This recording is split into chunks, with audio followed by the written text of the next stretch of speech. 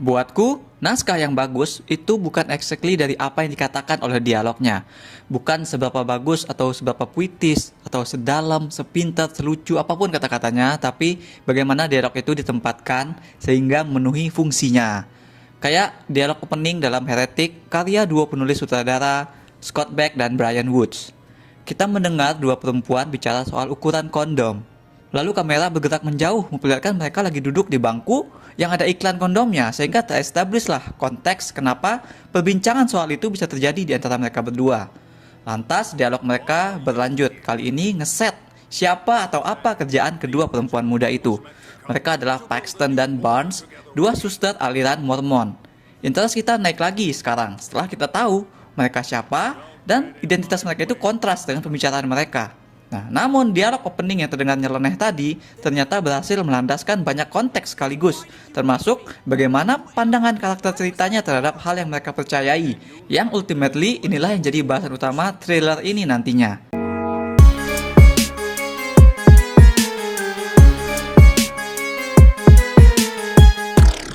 Dua orang susah tadi akan tiba di rumah seorang pria tua bernama Mr. Reed. Mereka mampir memenuhi permintaan untuk menyiarkan agama. Nah, Mr. Reed ini ramah banget. Dia mengundang mereka masuk karena katanya istrinya sedang menyiapkan pie untuk mereka semua. Nah, awalnya semua tampak hangat dan terkendali sesuai protokol yang dua suster ini patuhi. Tapi segala formalitas dengan segera lenyap tatkala Mr. Reed yang clearly adalah seseorang yang sangat pintar yang telah malang melintang perihal riset agama, mulai ngajak diskusi ke ranah yang lebih mendalam, menantang kepercayaan personal bukan hanya kedua orang suster tadi, tapi juga kita semua. Dan tentu saja tidak ada yang namanya istri yang sedang bikin pie blueberry. Semua itu kebohongan misteri.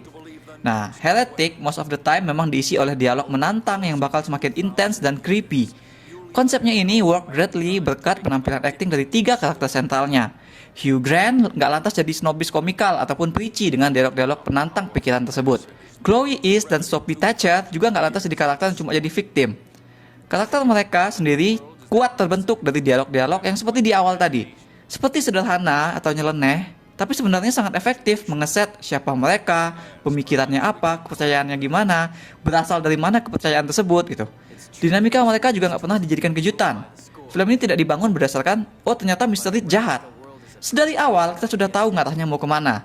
Yang tidak kita expect adalah muatan yang dibawa oleh film ini dalam membuat jahatnya misteri itu seperti apa. Yang sedikit jadi problem buatku hanyalah tidak ada karakter utama yang jelas, seenggaknya hingga masuk babak ketiga. Di dua babak awal, porsi kedua suster itu sama besar. Mereka bahkan sama-sama ter-outshine oleh Mr. Reed di pertengahan.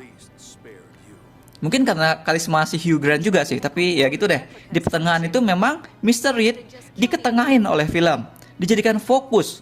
Dua suster tadi dibiarkan untuk bereaksi saja terhadap apa-apa yang dikatakan oleh Mr. Reed. Mereka dijadikan perwakilan kita dalam menyimak dengan takjub opini disturbing yang dengan tenang dan terukur disampaikan oleh Mr. Reed. Nonton dialog mereka seolah kita juga sedang berdebat dengan seorang ateis. Tapi banyak layar karakter lain yang bekerja sesuai dengan konteks tema kontrol di film ini. Sehingga perdebatan mereka jadi berisi dan nggak kayak debat kusir gitu. Kita peduli bukan hanya pada isi pembicaraannya, tapi juga kepada nasib kedua suster. Mereka ini tuh sudah kayak satu kesatuan, ya kan? Jadi antara believer melawan non-believer. Sehingga walaupun kata utamanya belum jelas merujuk kepada satu journey personal tertentu, ada share feelings di antara kedua suster yang terasa menyeluruh, bahkan hingga tershare juga kepada kita sebagai penonton. Dua babak film ini masih bisa bekerja nicely, dan kemudian saat babak ketiga telah lebih jelas terarah kepada satu karakter, yaitu tentang Suster Paxton. Dia tuh menjadi lebih pede dengan beliefnya untuk berani mengambil kendali. Cerita paham bahwa fondasinya benar-benar sudah kuat, dan saatnya film itu bermain-main dengan elemen rumah hantu dengan banyak jebakan dan ruang rahasia, alias elemen thrillernya kemudian dikuatkan oleh cerita. Itu satu lagi yang aku lihat dapat membagi dua penonton, meskipun bagiku sendiri tidak jadi soal. Film ini kan jadinya berubah dari yang tadinya hanyalah dialog grounded dan mampu melibatkan kita menjadi thriller yang tidak lagi terasa terlalu praktikal dengan timing karakter gitu. Maksudnya tuh timingnya jadi artifisial, kayak dipas-pasin banget biar ceritanya seru. Terus juga hal-hal yang dilakukan oleh Mr. Reed juga semakin gila gitu. Motifnya tetap grounded, kita bisa melihat akar permasalahannya, tapi actual things yang Mr. Reed lakukan terasa ya sensasional aja. Aku nggak komplain sih sebenarnya. Keseluruhan film ini vibe-nya jadi kayak Saw dengan filosofi penjahat yang menarik, ya kan? Hanya saja Heretic ini tidak dieksploitasi tentang penyiksaan gitu. Ini kayak versi penyiksaan secara mental aja. Filmnya sendiri pun tidak pernah benar-benar berpijak kepada Mr. Reed sebagai villain yang pintar, ya kan? Tidak seperti Saw yang menganggap John Kramer sebagai dirinya tuh bisa jadi hero ataupun tindakannya terjustified gitu. Di sini Mr. Reed ya villain beneran, lebih mirip seperti ilmuwan gila yang mencoba bereksperimen dengan teori-teori yang dia percaya sebagai kebenaran. Jadi yang diomongin oleh Mr. Reed memang tuh challenging dan ofensif, ya kan? Tidak terbatas kepada susternya ofensifnya. Jadi pria itu basically bilang agama itu cuma marketing gimmick. Semua agama dan kepercayaan berasal dari sumber yang sama, tapi divariasikan oleh pihak-pihak yang pengen memegang kendali sendiri. Nah, untuk membuktikan agama itu cuma soal kontrol, maka Mr. Reed menjebak kedua suster tadi dalam situasi di mana mereka tuh merasa punya kehendak sendiri, padahal langkah-langkah mereka sudah diatur oleh Mr. Reed. Pilihan mereka adalah apa yang Mr. Reed mau untuk mereka pilih. Nah, bapak ini pengen ngasih lihat dia mengontrol mereka tuh bisa gitu. Sehingga itu membuktikan teorinya bahwa agama cuma sistem yang dibuat oleh orang, dan sekaligus dia bilang pemeluk agama hanya sekumpulan orang insecure yang butuh untuk percaya bahwa ada powerful being yang menjaga kendali atas mereka. Nah, bagaimana pendapat kalian tentang teori Mr. Reed ini? Silahkan share di comments. Kalau buatku sendiri, ya bahkan jika yang dikatakan oleh Mr. Reed itu benar, bukanlah suatu kesalahan bagi kita untuk memilih percaya kepada agama.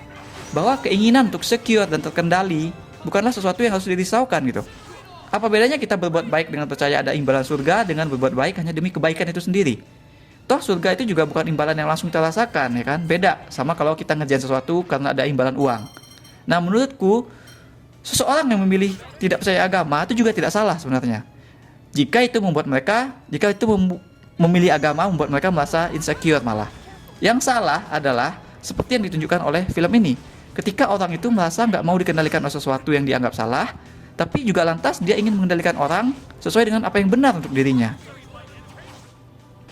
Yang ditakutkan adalah ketika ada orang seperti Mr. Reed yang ujungnya bikin sekte sesat kecil-kecilannya sendiri.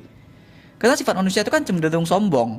Jadi ketika ada orang yang sadar dan mampu mengubah aturan yang tadinya dia anggap mengontrol dirinya, maka dia akan cenderung untuk merasa mampu juga untuk mengubah aturan bagi semua orang. Dia akan membuat aturan baru untuk mengontrol semua orang. Itulah awalnya terbentuk agama baru mungkin. Nah, terpujilah film ini karena sudah ngasih sajian thriller yang menantang. Bukan cuma penampilan akting yang intens, tapi pembahasannya benar-benar ngasih sesuatu untuk kita pikirkan tentang kepercayaan ataupun kendali itu sendiri. Naskah film ini berhasilnya 2 kali. Pertama, membawa bahasan yang sensitif ke dalam berbagai analogi, terutama memasukkannya ke dalam suasana thriller, meskipun ya memang kadang terasa thrillernya agak gimmicky dan tidak lagi grounded.